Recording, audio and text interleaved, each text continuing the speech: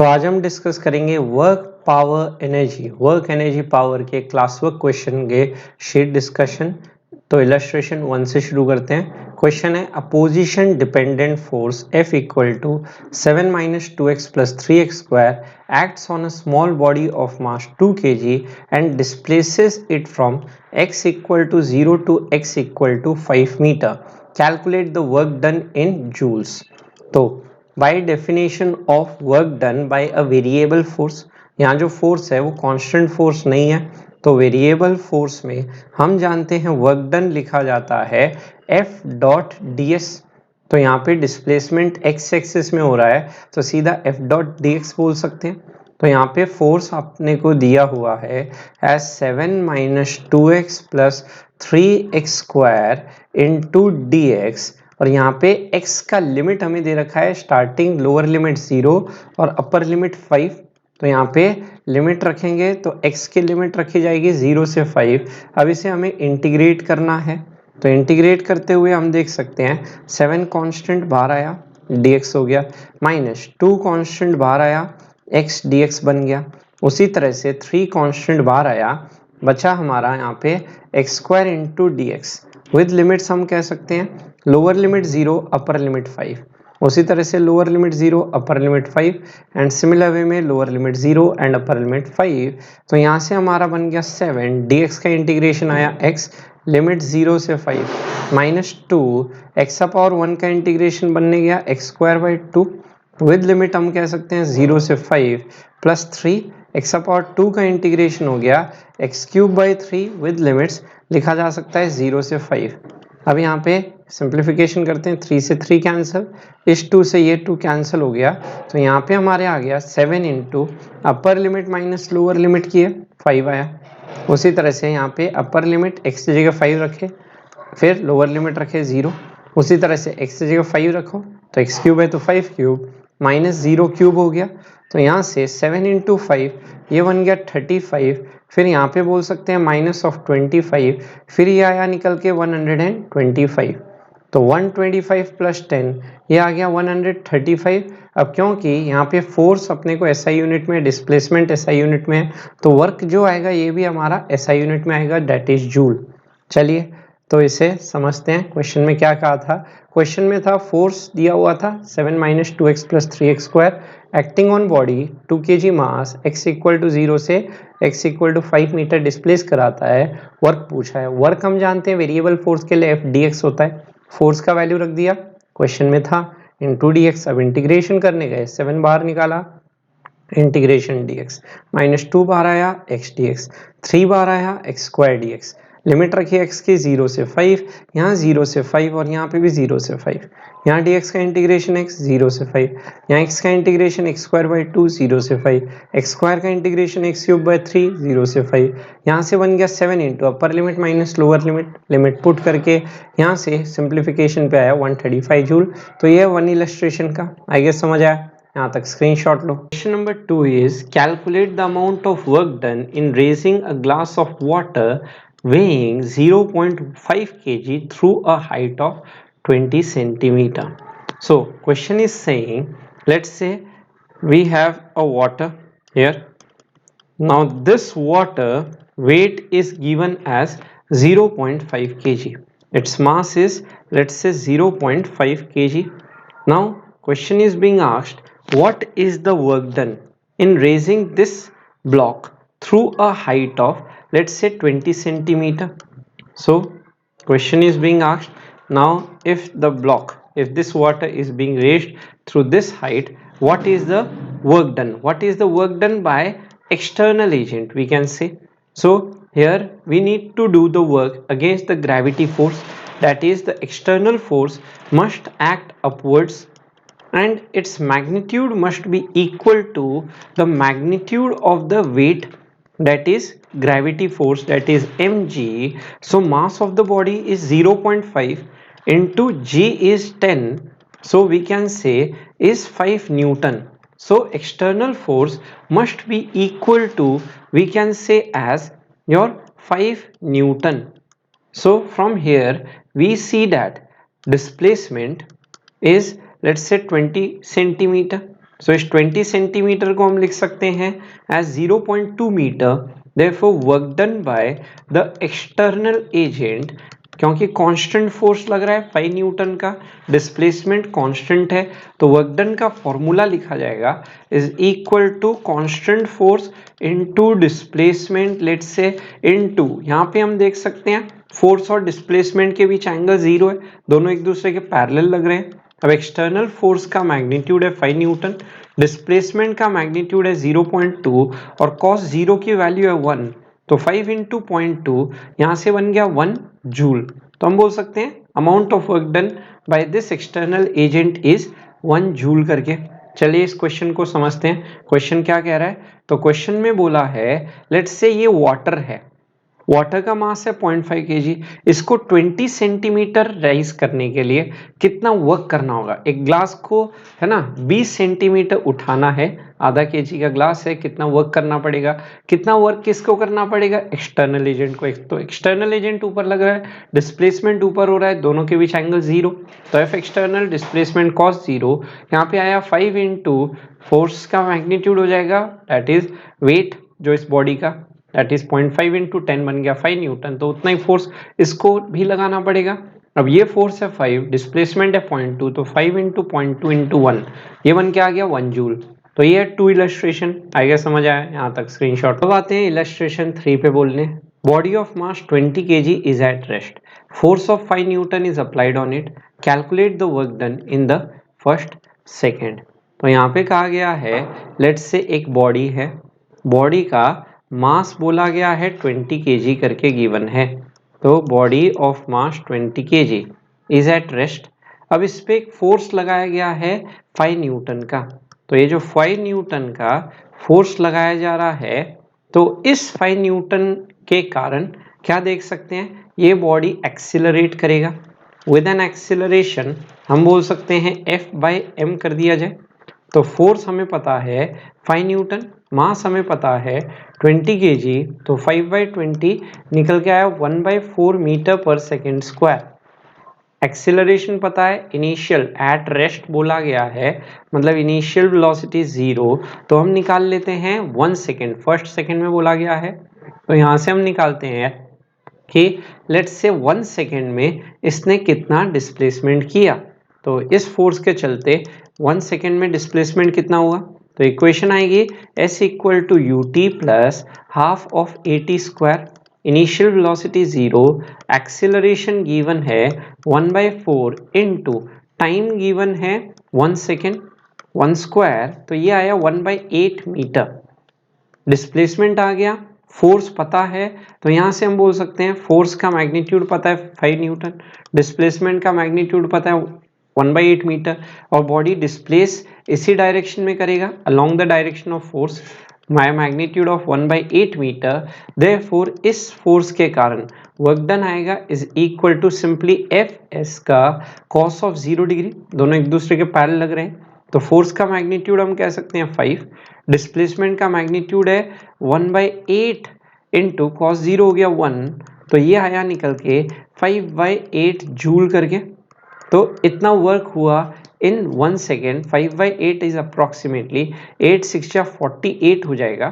फिर हम बोल सकते हैं 20 आएगा, तो 20 मतलब 8 2 जा 16, फिर 40 आएगा, तो 8 3 के अप्रोक्सीमेटली, तो 0.62 joule is approximately your answer. चलिए इस क्वेश्चन को समझते हैं। क्वेश्चन में क्या कह रहा है, तो क्वेश्चन में बोला एक बॉडी है 20 kg का, उस पर एक फोर्स लगाया गया 5 न्यूटन, इनिशियली रेस्ट पे है, तो वहां से एक्सेलरेशन निकाल लिए, कांस्टेंट फोर्स लग रहा है, तो force by mass that is 5/20 करके 1/4 मीटर पर सेकेंड स्क्वायर।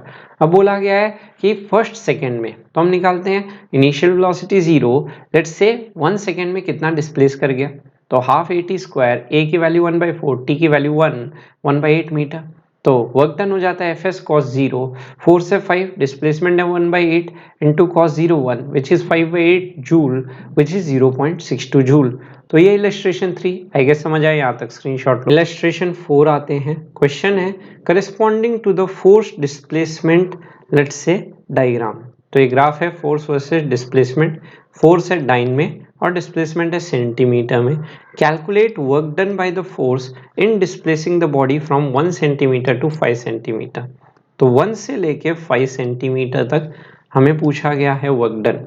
तो क्योंकि वेरिएबल फोर्स है तो वेरिएबल फोर्स के कारण वर्क डन होता है integration F D, let's say x axis में डिस्प्लेसमेंट है तो एफ डी एक्स, जिसको हम कह सकते हैं ग्राफिकली अगर देखा जाए वाई डी एक्स, फोर्स है वाई एक्सिस में और डिस्प्लेसमेंट है एक्स एक्सिस में, तो इंटीग्रेशन वाई डी एक्स हम कह सकते हैं area under the curve and ये बन जाएगा आपका let's say displacement axis that is x axis. ये हमारा वर्क डन देगा और वर्क डन हमें पूछा है 1 सेंटीमीटर से 5 सेंटीमीटर के बीच में। तो हम कह सकते हैं जो टोटल एरिया होगा 1 से 5 के बीच में वो एरिया हमें काउंट करना है। तो 1 से 3 का हम एरिया देख सकते हैं प्लस होगा, फिर 3 से 4 का एरिया माइनस होगा और 4 से 5 का एरिया हमारा प्लस होगा। तो इन सब एरिया को ऐड करना है। तो इस एरिया को हम कह देते हैं लेट्स से एरिया A1, नीचे वाले एरिया को कह दिया जाए लेट्स से एरिया A2 और इस एरिया को कह देते हैं सपोज एरिया A3। तो हम कह सकते हैं ये हमारे पास कैलकुलेशन करने पे निकल के आएगा लाइक A1 प्लस A3 ऊपर है फर्स्ट क्वाड्रेंट का एरिया पॉजिटिव लेना है और फोर्थ क्वाड्रेंट का एरिया हमें माइनस में लेना है। तो A2 तो माइनस होगा और A3 प्लस होगा। अब A3 एरिया देखा जाए इसमें यहाँ पे हम देख सकते हैं एक रेक्टेंगल यहाँ बनता हुआ, तो एक रेक्टेंगल हमारा कुछ ये बनेगा और एक रेक्टेंगल इसके ऊपर ये रखा हुआ है, तो ये दो रेक्टेंगल का सम आ जाएगा। तो यहाँ से हम बोल सकते हैं नीचे वाले रेक्टेंगल का बेस हो गया हमारा 2, 3 और 1 के बीच का डिस्टेंस और हाइट है हमारे पास 10, तो ये आपका अर्ग में निकल के आएगा। उसी तरह से ए ऊपर वाले एरिया की बात करें तो यहाँ पे हम देख सकते हैं इस एरिया की बात करें तो ये डिस्प्लेसमेंट लेंथ हो गया इसका 1 और हाइट हो गया इसका फिर से 10, तो ये हो गया 1 इंटू ये निकल के आया 10, ये भी आपका अर्ग में ही आया। तो ये तो आया हमारा एरिया A1 निकल के, दो रेक्टेंगल का सम किया। उसी तरह से हम बात करते हैं लेट्स से हमारा एरिया, लेट्स से ये वाला एरिया, तो इस एरिया को कैलकुलेट करते हैं। तो ये एरिया A2 हम कह सकते हैं लेंथ हो गया ये रहा 1 कर गया, तो माइनस ऑफ A2 लेंथ तो हो गया 1 और अगर हाइट बात करें ब्रेथ, तो ब्रेथ यहाँ से यहाँ तक का डिस्प्लेसमेंट दैट इज 20, तो सेकेंड क्वाड्रेंट में है तो ये भी आपका अर्ग में ही होगा क्योंकि फोर्स भी CGS में और डिस्प्लेसमेंट भी CGS यूनिट में। अब बात करते हैं एरिया A3 की, तो एरिया A3 हमारा ये एरिया काउंट होगा, तो ये एरिया का हम कह सकते हैं लेंथ है 1 और हाइट है हमारा 10, तो प्लस A3 बात करें तो लेंथ है 1 और हाइट है 10, ये आया अर्ग में। अब इन सभी एरिया को ऐड किया जाए तो यहाँ से निकल के आएगा ये ऑन कैलकुलेशन दिस इज 20 अर्ग प्लस ये बन गया 10 अर्ग माइनस 20 अर्ग plus 10 erg, that is final answer is your 20 erg. तो यहाँ से हम कह सकते हैं total work done from this force displacement graph is equal to 20 erg. चलिए क्वेश्चन समझते हैं। यहाँ पे क्वेश्चन था फोर्स डिस्प्लेसमेंट का ग्राफ दिया हुआ था, उससे हमें टोटल वर्क डन निकालना था। तो डिस्प्लेसमेंट 1 से 5 सेंटीमीटर तक के लिए, तो यहाँ से बोल सकते हैं work done is equal to force into displacement which is equal to area under the curve and x axis. Therefore यहाँ पे बोल सकते हैं ऊपर वाला फर्स्ट क्वाड्रेंट का एरिया जो A1 और A3 है बिटवीन द डिस्प्लेसमेंट्स 1 एंड 5, उसका तो एरिया प्लस लेना है, दैट इज A1 और A3 एरिया प्लस में आएगा और जो फोर्थ क्वाड्रेंट में एरिया A2 है वो माइनस में लेना है। तो A1 का एरिया देख सकते हैं ये लेंथ हो गया हमारा 2 और ब्रेथ हो गया 10, तो 2 इंटू 10। उसी तरह से ऊपर का लेंथ हो गया अपना 1 और हाइट हो गया 10, तो 1 इंटू 10। A2 की बात करें नीचे वाले एरिया तो लेंथ है 1 और हाइट है 20, तो 1 इंटू 20। और उसी तरह से A3 की बात करें ये है लेंथ 1 और हाइट है 10, तो 1 इंटू 10।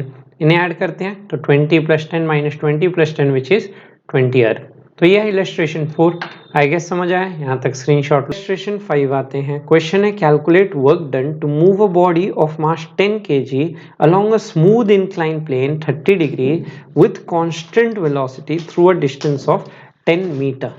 तो क्वेश्चन कुछ इस तरह से है, लेट्स से ये आपका एक इंक्लाइन प्लेन है। अब इस इंक्लाइन प्लेन में बोला गया है एक बॉडी है 10 kg मास का और इंक्लिनेशन एंगल गिवन है एज 30 डिग्री। अब through a distance of 10 metre बोला गया है, तो यहां से कहा जा सकता है to move a body along a smooth incline. तो लेट्स से यहाँ पे हम कह सकते हैं ये जो बॉडी का मास है ये दिया हुआ है 10 kg करके। अब इसको मूव करना है through a displacement of 10 metre. तो यहाँ पे डिस्प्लेसमेंट है 10 मीटर का, तो कितना वर्क करना पड़ेगा।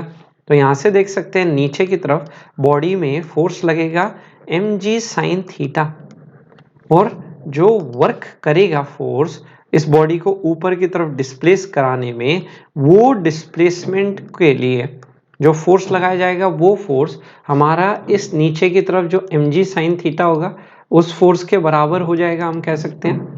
तो जो डाउनवर्ड डायरेक्शन में फोर्स होगा वो हमारा mg sin थीटा के बराबर होगा मैग्नीट्यूड।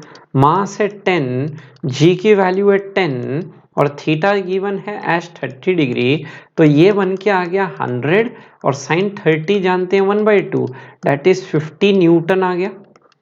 और डिस्प्लेसमेंट बोला गया क्वेश्चन में 10 मीटर कराना है, 10 मीटर का डिस्प्लेसमेंट चाहिए, तो कितना वर्क करना पड़ेगा। तो work done by this external agent, constant force लग रहा है तो वर्क डन लिख दिया जा सकता है एफ एस कॉस 0 डिग्री।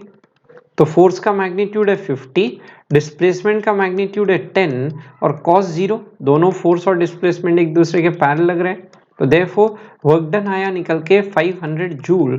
तो यहां से कह सकते हैं कि 500 जूल वर्क करना पड़ेगा। चलिए क्वेश्चन समझते हैं। ये इंक्लाइन प्लेन है, इंक्लिनेशन एंगल 30 डिग्री, यहाँ पे एक 10 kg का ब्लॉक रखा गया है, तो डाउन द प्लेन फोर्स लगेगा mg sin थीटा।